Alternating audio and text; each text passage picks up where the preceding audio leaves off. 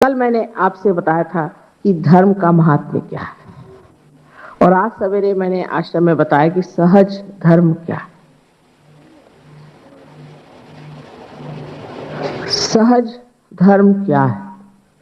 आज आपसे मैं बताने वाली हूं कि धर्म की क्या आवश्यकता है और किस प्रकार हम आत्मा को प्राप्त होते हैं। धर्म की आवश्यकता संतुलन के लिए। आज आपने देखा कि तबले पर वजन, जिसे कहते हैं वजन, कितना संतुलित था। हाथ का वजन सितार पर कितना संतुलित था। कहाँ वजन देना है, कहाँ नहीं देना, कितना उसका अंदाज बराबर था। इसी प्रकार जीवन का भी वजन संतुलित रखना चाहिए। संतुलित रखने के लिए मनुष्य को किसी भी अति पे नहीं उतरना चाहिए। कोई है कि अपनी इच्छाओं को इस कदर ज्यादा महत्व देते हैं कि उसके लिए कोई सा भी कर्म नहीं करते, और कुछ लोग अपने कर्म को इतना ज्यादा मानते हैं कि इच्छाओं की तरफ ध्यान ही नहीं देते।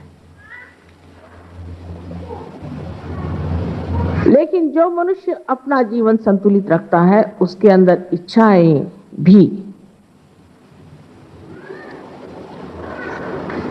संतुलित रहती हैं और उसका कर्म भी। जैसे एक उदाहरण के लिए समझ लीजिए कि मैंने ये सोचा कि मैं भी इतना बड़ा हॉल खड़ा करूं। समझ लीजिए अब इतना मेरे पास तो पैसा वैसा है नहीं, और ना जमीन है, तो मैं इतना बड़ा कैसे खड़ा कर सकती हूँ। पर मैं अगर सोचने लग जाऊं कि नहीं मैं करूंगी ही, अब उसी जिद में मैं पड़ जाऊं, मेरे मन में ये इच्छा हो जाए कि मैं जा करके और गवर्नर साहब के घर में रह जाऊं, तो क्या वो इच्छा पूरी हो जाएगी? लेकिन जब मैं उस कर्म में लग जाऊंगा तो पता होगा कि ये इच्छा जो मैंने की संतुलित नहीं, क्योंकि जो कर्म में नहीं उतरती है वो इच्छा बेकार है।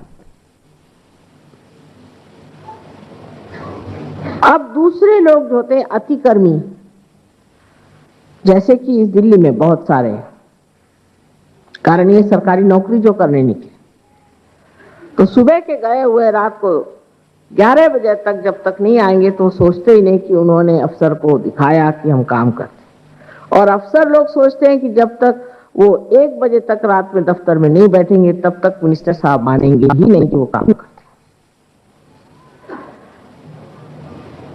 पागल जैसे बिल्कुल काम में लगे रहे, काम में लगे रहे, काम में लगे रहे,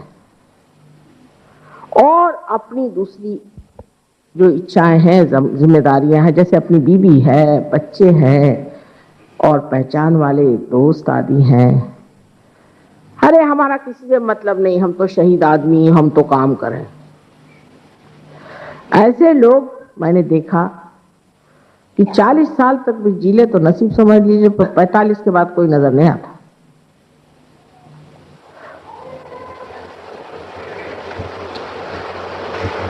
लेकिन जो आदमी संतुलित होता है वो काम भी अच्छा कर सकता है, बढ़िया काम कर सकता है, एफिशिएंट भी होता है, और उसका बुढ़ापा भी अच्छा कटता है। लेकिन आप ऐसे अनेक लोग पाइएगा कि जो पागलों की तरह काम पर लगे रहते, और काम जितना हो रहा है अपने देश में उसके बारे में जितना कहा जाए उतना ठीक है, और सब लोग काम बहुत करते। मुझे तो कोई काम दिखाई नहीं देता। जो जहां खुदा पड़ा है वहां खुदा पड़ा है, जो बिगड़ा पड़ा वो बिगड़ा पड़ा है। एक हम लोग बचपन में खेलते थे खेल, उसका नाम था जहां पड़ी वहां सड़ी। वो चीज अपने देश की है, लेकिन अपने यहां जितने लोग काम करते हैं उतने तो कोई भी देश में लोग नहीं काम करते, और सबसे इनएफिशिएंट देश है अपना। उसकी वजह यह है कि एक हद तक पहुंचने पर ये कर्म करने वाला भी थक जाता है, उसको दूसरी साइड भी देखना चाहिए। तब फिर इसको जांचना चाहिए अपने इच्छाओं में, अगर मुझे संगीत सुनने की इच्छा है और मेरे पास टाइम नहीं, तो मैं नीरस हो जाऊंगी। मेरा एक जीवन एकदम नीरस हो जाएगा। जैसे आजकल आपने देखा हो, बहुत पागलों तरह लोग रास्ते में दौड़ते हैं, जॉगिंग करते हैं। ऐसे बहुत से लोग इनमें से मैंने देखे, वो आके मुझे बताते हैं कि माँ हम तो स्थितप्रज्ञ हो गए। मैंने कहा कैसे? मेरी माँ मर गई तो भी आंसू नहीं आए, मेरे बच्चे मर गए मुझे कुछ परवाह नहीं, मेरी बीवी मर गई मुझे परवाह नहीं। अरे वाह, ये स्थितप्रज्ञ की भाषा कहां से आ गई? इतने नीरस हो जाते हैं। फिर अपने हठयोगी होते जो सर के बल खड़े होते हैं और बहुत ज्यादा राइट साइडेड, आज सर के बल खड़े हुए तो पता नहीं कल क्या अतड़ियां निकाल देते हैं पेट में से। मेरा तो घबराहट हो जाती, किसी को देखती हूँ बाप रे बाप अब क्या होने वाला। अब उसमें जो लग गए तो इतने ज्यादा उसमें घुस जाएंगे कि ये नहीं सोचेंगे कि हम किस लिए कर रहे हैं, ये पागलों की तरह उसमें भी लग जाए। और उसमें संतुलन न होने की वजह से ऐसे लोगों को हार्ट अटैक बहुत जल्दी आ सकता है।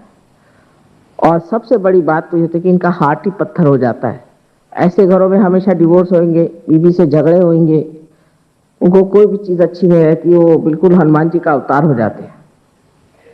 उनको दूर ही से बात करना ठीक है, अगर सो रहे हो जगाना हो तो एक लकड़ी से जगाइए दूर से, नहीं तो आपको ठिकाने लगा देंगे।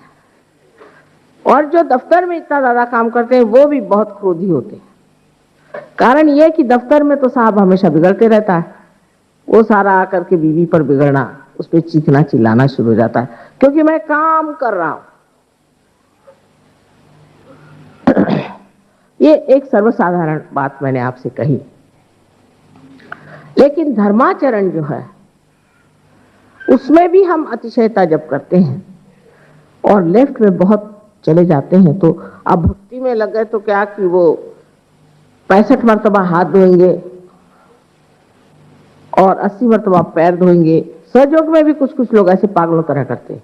मैं देखती हूँ कि मैं भाषण दे रही हूँ और अपने चक्र चला रहे हैं पागलों की तरह, सर पे वो दे रहे हैं, बंधन दे रहे हैं। अरे इसकी कोई जरूरत है? हम बैठे हैं ना सामने, इसको ठीक कर रहे हैं, उसको ठीक कर रहे हैं। ये अतिशयता जो है इसे छोड़ देना, बीचों बीच रहना। अब कोई अगर बहुत ज्यादा ये सोचे कि मैं तो साहब किसी काम का नहीं हूं, खासकर गजरिया लोग, शराब पीने वाले लोग, शराब पीने वाले हमेशा रोते रहेंगे और कहेंगे कि साहब मुझसे दुखी कोई नहीं, सब दुनिया इनको देख देख दुखी थी। अब ऐसे लोग लेफ्ट में चले गए। ऐसे लोगों को भूत पकड़ लेते हैं, भूत। जो अपने को कहता है मैं बड़ा बुरा हूं, मैंने बुरे काम किए, तो सारे बुरे काम वाले आपके खोपड़ी पे आके बैठ जाएंगे। और जो राइट साइड में बहुत जाते हैं, इनको भी एक तरह के भूती पकड़ते हैं, पर उनको राक्षस कहिए, जैसे कि हिटलर ने राक्षस बिठाए थे जर्मन लोगों पर। वो राइट साइडेड मूवमेंट कि हमसे बढ़ के कोई नहीं, हम सबसे महान है और हम चाहे सबकी गर्दन काटे।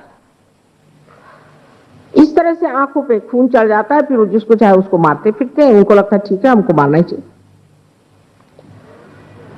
इस प्रकार के दो तरह के विक्षिप्त लोग अतिशय में आते हैं, और जो अतिशयता अगर ज्यादा हो जाए तो मनुष्य के लिए बड़ी हानिकारक होती है। तो मनुष्य को बीचों बीच रहना चाहिए, संतुलन में रहना चाहिए, ये धर्म है।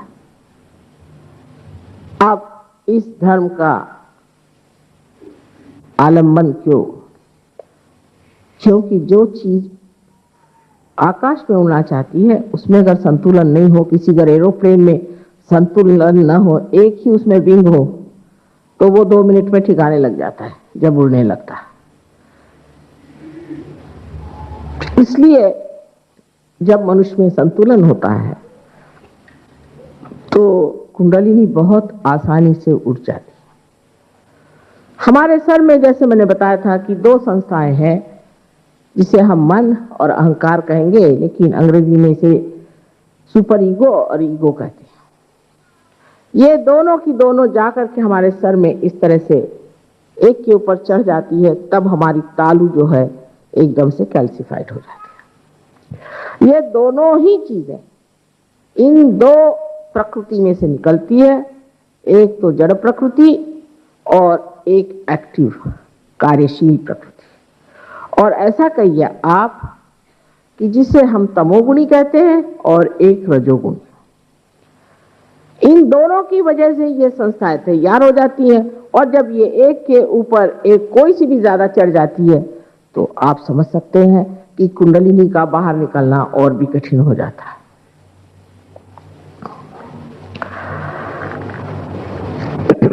अब जब कुंडलिनी का जागरण होता है, जो कि शुद्ध इच्छा है, तो कुंडलिनी इन चक्रों से गुजरती हुई हर एक चक्र को पूरी तरह से आलोकित करती हुई आखिर ब्रह्मरंध्र में आती है और यहां पे भेद करके और यहां से बाहर निकल आती है। जैसे ही आज्ञा चक्र पे कुंडलिनी जाती है, शुद्धि से शुरू होता है, पर आज्ञा पे पहुंचते ही साथ हमारे ये जो दोनों संस्थाएं हैं अंदर की तरफ खींच जाती है। इन दोनों चक्रों में विशेष शक्ति है कि ये इन दो संस्थाओं को अंदर की तरफ खींच लें, उसका शोषण कर लें, उसको सुखा दें। उसके कारण तालु की यहां जगह हो जाती और उसमें से कुंडलिनी बाहर निकल पड़ती।